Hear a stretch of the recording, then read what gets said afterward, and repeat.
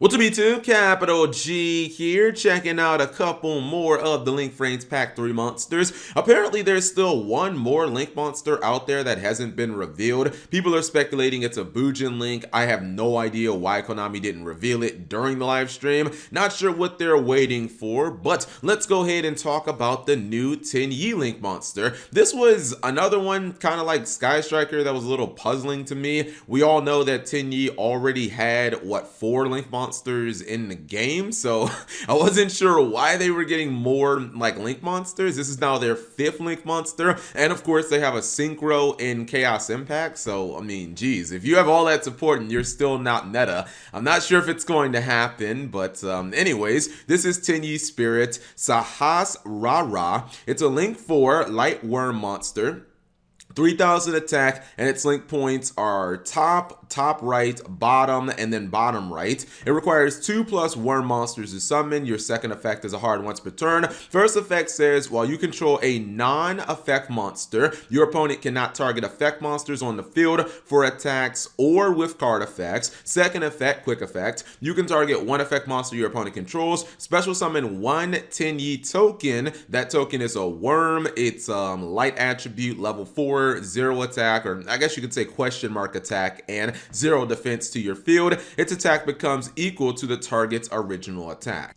Okay, so this is an interesting card, and I kind of like it because it feels like Konami is trying to address one of the major design flaws of the Tenyi archetype. To be honest, it's their own fault because I feel like they backed themselves into a corner. When they designed Tenyi, it was a bunch of like effect monsters in the main deck, and then essentially you were supposed to link summon into non-effect monsters. But then it's kind of like Konami realized, oh shit, this isn't good enough to keep up with 2019 Yu-Gi-Oh! We got to give this deck more effect boss monsters. Hence, they got a new Link 3 that's an effect monster. The Synchro is an effect monster. The problem with having those big boss effect monsters on the field is that they don't get any of the protection that Konami built into this archetype. The field spell has protection. A lot of the Tenyi monsters from the graveyard have protective effects that can activate during your opponent's turn, but your effect monsters don't get any of that stuff. So it kind of felt like you were putting them on field despite the actual design of the deck. This card at least addresses that with the first effect. It basically says that if you have a non-effect monster on the field, then your effect monsters can't be targeted by your opponent's card effects, and they can't be targeted towards battle. So that at least makes it a little bit easier to bear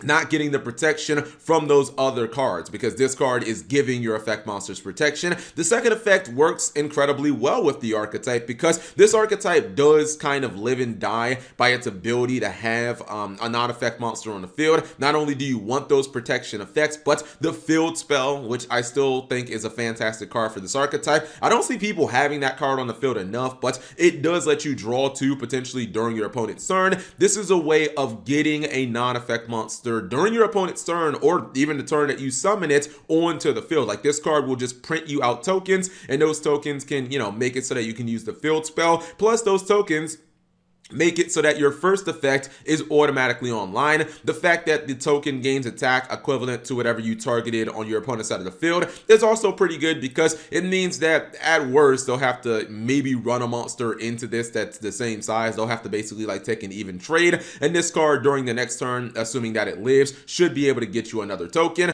Overall, I feel like Sarhash Rara is definitely a step in the right direction. Konami can't keep making all of these effect boss monsters for Tenyi and then be shocked when players get wrecked because there's no way to protect these boss monsters. I can't tell you how many times I've seen someone go for the Tenyi Link 2, get effect Veilered, and then basically just scoop it up because they don't really have any more plays. This card at least tries to address situations like that. Next up is your Herald Link monster, which I saw this and my first thought was, how bizarre. Like, why does Herald need a Link monster? I really didn't think that this archetype Link summoned all that much, but I don't know. Here the Herald Link is. This is Herald of Mirages. It's a Link 2 light attribute fairy monster. 600 attack, bottom left and bottom right are your link points. Your materials are 2 monsters with the same attribute and type except tokens. So basically you're looking for archetypes probably to summon this card. It says that the first and second effects are both hard once per turn.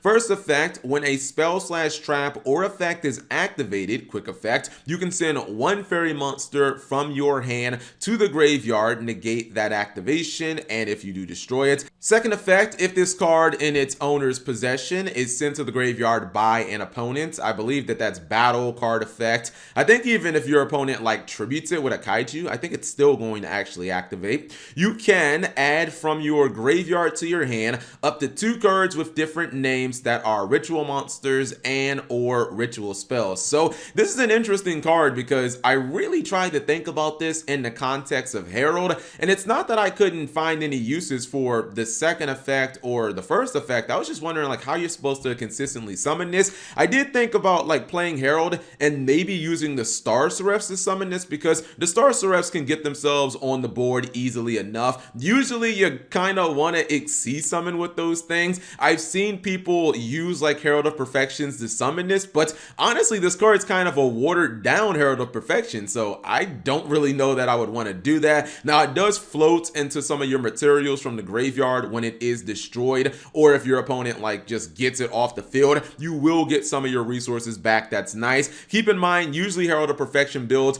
don't just run Herald of Perfection, but they also run like Cyber Angel Ben 10, so you could get like a Ben 10 from your graveyard. You could also get a Herald. You could even use a Ben 10 that, I don't know, maybe you didn't even like use for a ritual summon. You can pitch it to the graveyard with one of your Herald effects and then recover it that way. This card is, I mean, I think it's nice enough. It does have negation. I'm not sure why it doesn't have monster effect negation. I think that's a little weird that it doesn't have that. I don't really think that this adds that much to the Herald of Perfection strategy, because it's basically just Herald of Perfection. It's a little bit of a weaker one. I honestly feel like this card probably should have been a Link 1. I think that maybe instead of having it be a Link 2, Konami should have made it a Link 1 that requires a Herald monster, except obviously like a Herald Link monster. And then it would have been kind of nice because you would have been able to essentially have kind of the same level of negation on field that you would have with Perfection, but when this card died, you'd be able to instantly recover your Herald of Perfection. I think that it being a Link 1